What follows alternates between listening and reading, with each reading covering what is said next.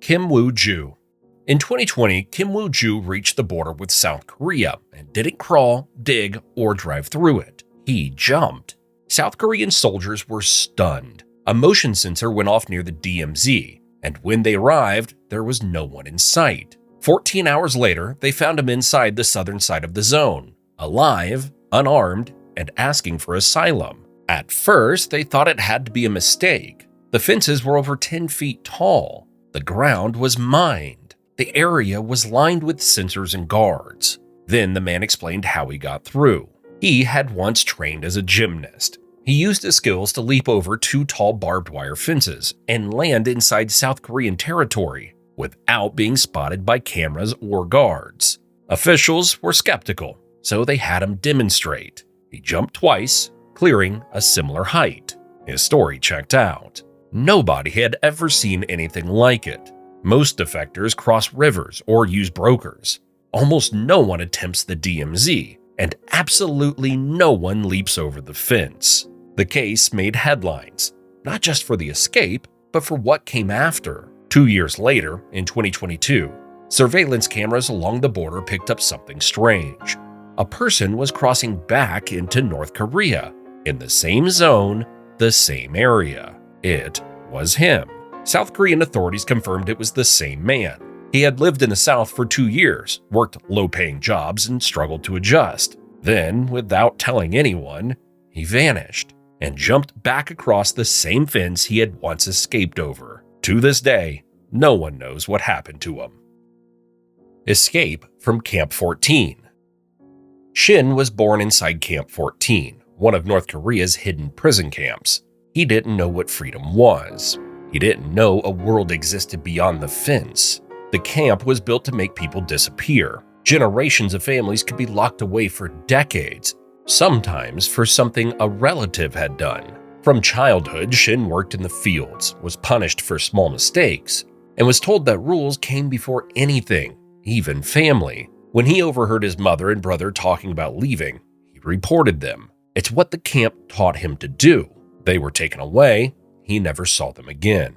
By the time he was a teenager, Shin had seen more than most people do in a lifetime, but he had never imagined leaving until he met someone who had lived outside the camp. The man spoke of cities, lights, and food Shin had never heard of. At first, Shin didn't believe him, but curiosity took hold. Together, they planned to escape. One cold evening, they made their way toward the edge of camp. The outer fence was lined with high-voltage wire. They had no tools, no equipment, just a plan and a bit of hope. The older man went first. However, he touched the fence.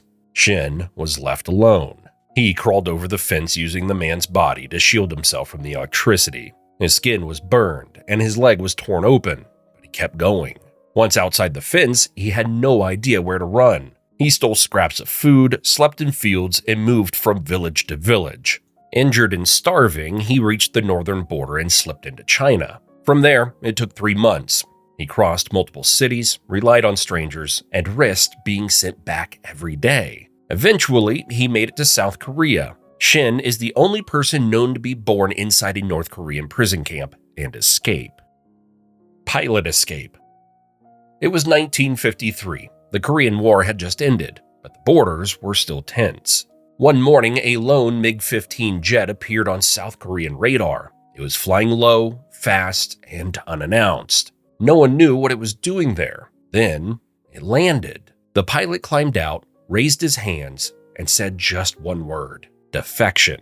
His name was Nokum Sok, a 21-year-old North Korean fighter pilot. Without telling anyone, he had stolen a Soviet-built jet and flown it straight to South Korea. It was the first time the US had got their hands on a working MiG-15, a Soviet jet and one of the most advanced aircraft of its time. For American engineers and intelligence, it was a goldmine.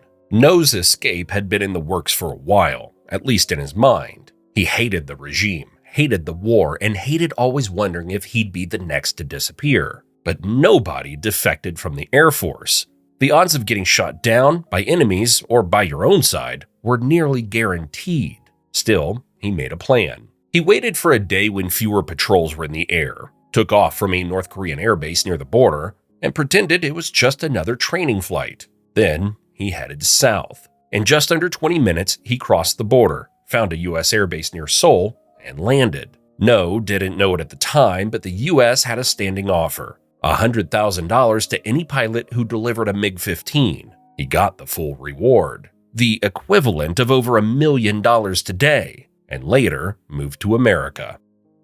Breaking the DMZ. Oh Chong-sung was a North Korean soldier stationed near the demilitarized zone, the most heavily guarded border in the world. He was part of the system meant to keep people in. But in November 2017, he made a decision no one expected. Without telling anyone, he got into a military vehicle and drove straight toward the border. As he approached the checkpoint, he hit the gas. His car rammed through the barriers and came to a stop in a ditch just before the line. He jumped out and ran. Within seconds, gunfire opened behind him. His own fellow soldiers were shooting. More than 40 rounds were fired in under a minute. 5 of them hit him. And yet, he kept running. He collapsed just across the border, unconscious and bleeding. South Korean troops watched the entire scene through security cameras. Once the gunfire stopped, a team crawled in and pulled him to safety. He was rushed to a hospital in critical condition. During surgery, doctors found something unusual. His stomach was full of parasites, some nearly a foot long. It was a sign of extreme malnutrition. Despite being a soldier, Oh had lived in the same poverty most civilians faced. As he recovered, his story spread, not just because he survived, but because of where it happened. It's very rare to escape through the DMZ. It's lined with mines, armed guards, cameras, and warning signs.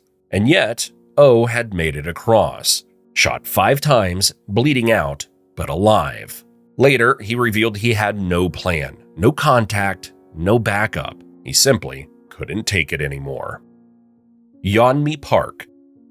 Yeonmi Park was a teenager when she and her mother crossed the frozen Yalu River into China. It was night, and the ice was thin. Her father stayed behind, too sick to travel. They had no guide, no plan, just a vague direction and the hope that someone on the other side might help. Once they made it across, things didn't get easier. They were picked up almost immediately, not by police, but by traffickers. One of the men threatened to report them unless Yeonmi did what he wanted. Her mother stepped in to protect her and was abused in front of her. Then they were separated. Yeonmi was sold to another man. She was trapped in China for 2 years under a false identity, moving from one house to another, always looking over her shoulder. Her mother eventually found her again, and they stayed hidden together. But Yeonmi didn't want to stay hidden forever. They connected with underground brokers who claimed they could get them out, but the route was dangerous. It led through China, across the Gobi Desert, and into Mongolia. Their only chance was to travel on foot in the middle of winter. They were told to follow the stars. At night, they crossed frozen ground in thin clothes and cheap shoes. Temperatures dropped to minus 40 degrees. If they were caught, they'd be sent back. If they froze, no one would find them. At the Mongolian border, they were stopped by guards. It looked like they were about to be sent back, but instead of giving up, Yeonmi threatened to take her own life if they were forced back. The guards let them through. From there, they were transferred to South Korea. Hwang Jang-yop. In February 1997, Hwang Jang-yop stepped into the South Korean consulate in Beijing and asked for asylum. He wasn't just any defector, he was one of the regime's top insiders, a close advisor to Kim Jong-il, and the man who had helped shape North Korea's core ideology. For decades, Hwang had been the voice of loyalty. He gave speeches, trained officials, and defended the regime at every turn. But behind the scenes, he had started to question everything. He saw the famine, the purges, the lies told to the people and to the world. His trust in the system collapsed. The decision to escape came quietly. During a trip to China for official meetings, he left his North Korean guards and walked into the South Korean consulate. He didn't sneak across a river or crawl under a fence, but what he did was just as dangerous. Let's just say Kim Jong-il wasn't too happy about it. North Korea demanded his return. Security forces surrounded the building. Protesters gathered outside. China was caught in the middle. The whole situation stayed frozen for days. If China gave him up, he'd be executed. If they let him go, it could break diplomatic ties. Eventually, China agreed to send him to a third country. Hwang was quietly flown to the Philippines under heavy protection, then taken to South Korea. When he landed, he became a symbol. The man who helped design the system had now turned against it. North Korea called him a traitor. They erased his name from records, accused him of being mentally ill, and made it clear he was now a target. In South Korea, he lived under constant guard. Intelligence warned that North Korean agents were trying to assassinate him, and at one point, they caught a team sent to do it. Unplanned Escape. Hyun was 17 when she crossed the border for the first time. She wasn't trying to defect. It was just supposed to be a visit, a short trip into China to see what was there. She left without telling her parents, thinking she'd be back in a few days. But then, everything changed. While she was away, North Korean authorities found out. Her family was questioned. People started disappearing. Going back suddenly meant risking her life and theirs. She was stuck. Hyun spent the next 10 years in China, hiding under false names, moving constantly, and living in fear of being sent back. One wrong word, one suspicious neighbor, and it would all be over. During that time, she watched North Korea from across the border and thought about her family every day. Then, she made a decision. She would get them out. She returned to the border and hired smugglers to help her mother and brother cross into China. They were united, but it was far from over. Now they had to escape together. The route took them through China, Laos, and eventually Thailand. At every checkpoint, they could have been stopped. They didn't speak the language. They had no legal documents. More than once, they were caught and detained. She had to pay bribes, talk her way past guards, and spend everything she had just to keep them moving. At one point, her family was arrested in Laos and thrown into a holding facility. She was left outside with no help, no money, and no plan. So she asked strangers for help. A backpacker she'd never met gave her enough money to pay the fines and get her family released. From there, they reached Thailand and eventually South Korea. Her story didn't start as an escape, but it became one of the most complex journeys out of North Korea ever recorded. Hyun Park. After her father died during the famine and the state threatened to take her younger brother, Hyun Park crossed the Tumen River into China, hoping to find food, safety, and a way out. What she found instead was a trap. Within days, she was trafficked and sold to a Chinese farmer. She was forced into marriage and had a child. For 6 years, she lived in hiding, always one knock away from being caught and sent back. But that safety didn't last. The Chinese police found her and handed her back to North Korean authorities.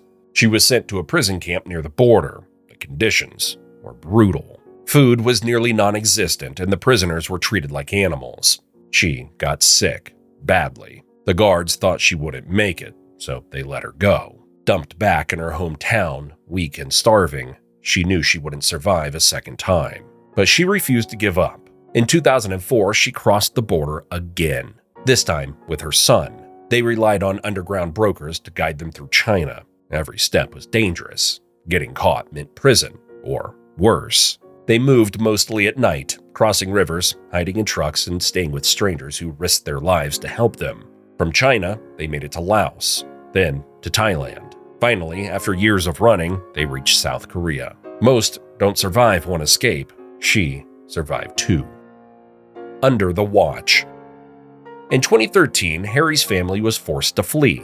Years earlier, his mother had been arrested for crossing the border into China and sent to a North Korean prison camp. She spent 2 years inside, sleeping on a concrete floor, barely fed, and surrounded by other women arrested for the same thing. Many didn't survive. When she was finally released, she quit her work and informed her clients about it. But one of them refused to let go. He was a South Korean fisherman whose boat had drifted into North Korean waters. He wanted out and pressured Harry's mother to help him escape. One night, he showed up drunk, threatening to report her unless she agreed to smuggle him across the border. If he followed through, she'd be arrested again. This time, she wouldn't survive. So she took Harry and ran. They were supposed to meet brokers at the border who would help the man cross. But the plan fell apart. The brokers disagreed and the police found out. Their faces were printed on wanted posters.